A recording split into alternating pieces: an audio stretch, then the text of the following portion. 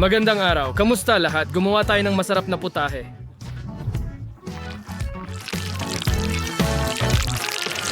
Wow, ang sarap nito. Talagang gusto ko ito. Heto na mga babae. Oh, napakasarap. Salamat. Wow. Anong nangyayari? Wow. Super. Ano ito? Isang chocolate fountain? Wow! At may hamon tayo dito. Tingnan mo, may mga donut at sprinkles ako. Ang sarap! Hindi na ako makapaghintay na tikman. Yuck! Ano yan? Ay hindi, meron akong pugita. Pasensya na. Mabuti na lang at may treat ako. Ngayon, kakain ako ng donut na may tsokolate. Oo, hayaan mo munang isawsaw ko ito sa tsokolate at pagkatapos, lalagyan ko ng sprinkles ang treat ko. Ilagay natin ito ng ganyan at subukan. Oh, ang sarap. Gustong gusto ko ito. Susunod, ito naman. Gawin natin ang pareho, pero budburan ito ng ibang sprinkles tulad ng caramel. Oh, ito ay kamangha-mangha. Pakiramdam ko ay parang chef ako. Ngayon, pwede ko nang subukan. Ang bango nila. Mga kaibigan, isulat sa mga komento kung aling sprinkles ang pinakagusto ninyo. Sa tingin ko ito ay, hindi ko madesisyonan. Pareho silang maganda. Hindi ako makapaniwala na napakamalas ko. Kailangan ko ba talagang kainin ito? Una, isawsaw natin ito sa chocolate fountain. Oh, sige. Susubukan ko ito. Malakas ako. Kaya ko ito. Oh, sige na. Oh, hindi ko makagat. Ang tigas.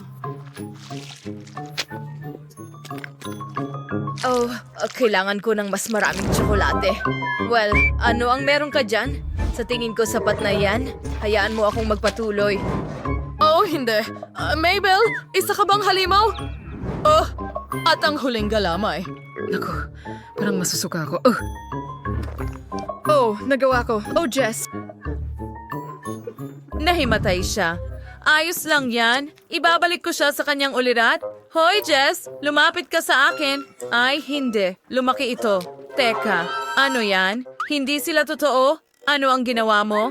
Sige na, Mabel. Hindi yan nakakatawa.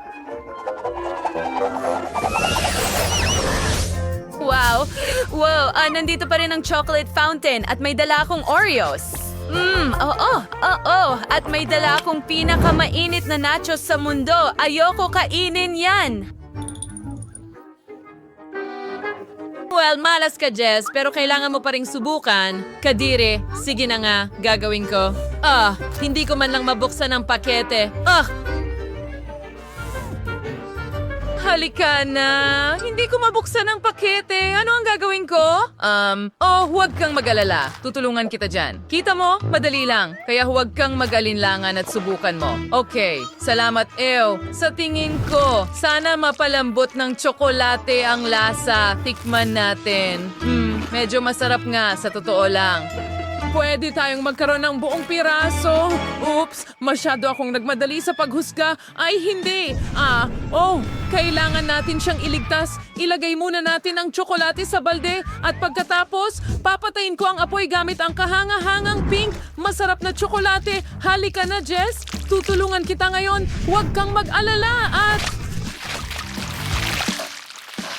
Yan ay mahusay. Salamat. Ang sarap. Aba, iyon ay isang hamon. Ngayon lumipat tayo sa aking mga cookies. Mayroon akong ideya. Gumawa tayo ng masasarap na puno. Oo. Gamit ang kamao ko, tudurugin ko ang magagandang cookies na ito. Nyaw ba, Joe? Only natin ang hon detalye. At siya wakas, dawan natin sa ito iikot. Hindi ko talaga gusto na ginagawa mo ang ganyan sa cookies.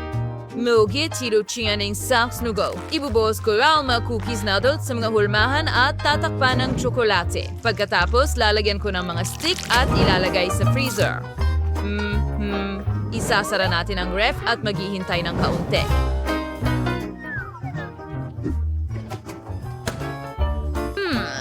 Halika na. Oras Oras na ba? Hindi pa? Oras na ba ngayon? Oh, tatanda na ako ng ganito. Sige, fine. Sa tingin ko, pwede ko na itong buksan. Hayaan mo akong buksan. At handa na ito.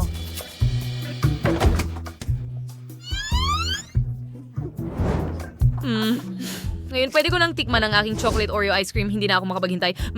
Napakasarap, napakatamis, at ang kombinasyon ay talagang pinakamahusay.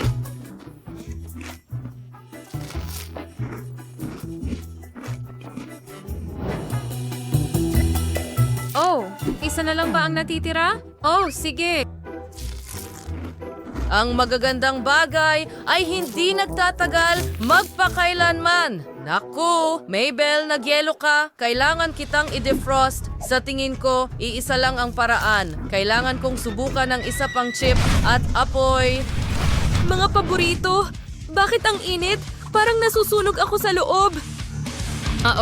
Sa tingin ko matutulungan kita. Heto, Jess. Maraming salamat, Mabel. Ang sarap. Pikit ko muna ang aking mga mata at buksan. Voila!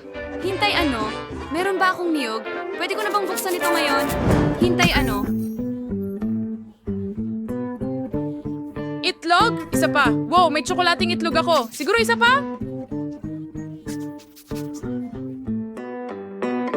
Ay nako, hilaw na itlog ang mga ito, hindi tsokolate. Malas ka, Jess. Sige na, tama na. Kunin mo na ang niyog mo. Oh, ano ang gagawin ko? May naisip ako. Ngayon, gagamitin ko ang mga itlog na ito gamit ang isang katana. Hiya at kiya. Well, ang bilis nun. Perfecto. Ngayon, may mga hilaw na itlog ako at hindi ko sila kailangan. Punuin ko na lang ng tsokolate ang mga shell. Walang nakapansin. Tingnan mo yan. Pagkatapos, ipahid ng tsokolate mula sa loob. Hayaan itong ganito at ngayon, balatan. Oo. May naisip akong napakagandang ideya. At handa na ito. Pwede kong subukan ang mas maraming tsokolate. O, tingnan mo, yan, pinuno ko ang mga itlog ko ng mas maraming tsokolate at ngayon pwede ko itong inumin muna at pagkatapos kainin. Yum! Ang pinakamahusay na panghimagas sa buhay ko. Ngayon gawin natin ito sa iba. Oh, ang sarap! Umiinom at kumakain ako. Umiinom at kumakain. Ha? Yum! Kaya, ako na ba ngayon? Sige, meron doon. Paano ko ito bubuksan? Sige na. Paano ko gagawin ito? Oh, hindi ko kaya. Sa tingin ko makakatulong ito sa akin. Kia. Oops! Sige, paano ito? Dapat magawa ng chainsaw ang lahat. Isuot natin ang ating mga salamin at simula ng pagputol ng niyog. Tara na. Pakiusap. Sa tingin ko, hindi ito gumagana. Hindi ito bumibigay. Wow. Kung ganoon, hindi ko alam kung paano kita bubuksan. Wala man lang gasgas! Paano nangyari iyon? Sandali lang, kaibigan. Tumabi ka, Mabel. At Kia! Wow, gumana to. Salamat! Gustong-gusto ko ang tubig ng niyog. Napakasarap nito. Ngayon, punuin natin ang kalahati ng niyog ng tsokolate at inumin ito. Oo, ang sarap. Napakasarap. Oo, sang-ayon ako. Gustong-gusto ko rin ito. Astig, di ba? Nagustuhan mo ba ang aming video? Pindutin na ang like button at mag-subscribe sa aming channel. Kita-kits!